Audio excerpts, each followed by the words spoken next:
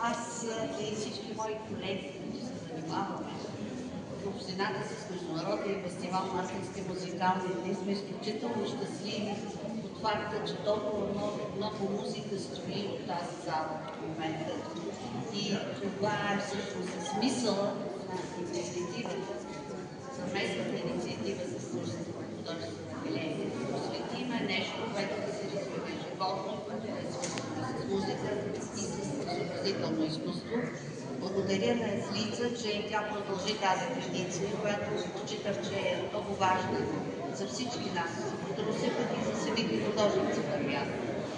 И ето сега аз имам честа и удоволствието да обявя наградата на Международния фестивал Мартински музикални дни на Любима Бърдарка.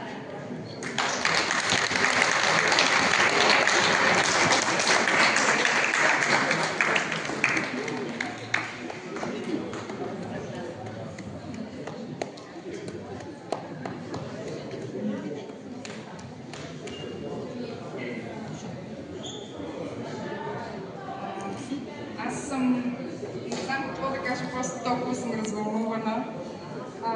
Искам да благодаря много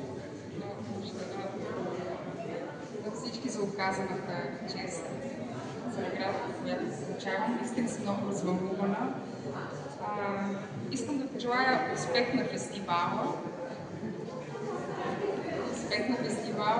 А на всички жители и гости на града изживяване на изложбата и на всички концерти, които предстоят.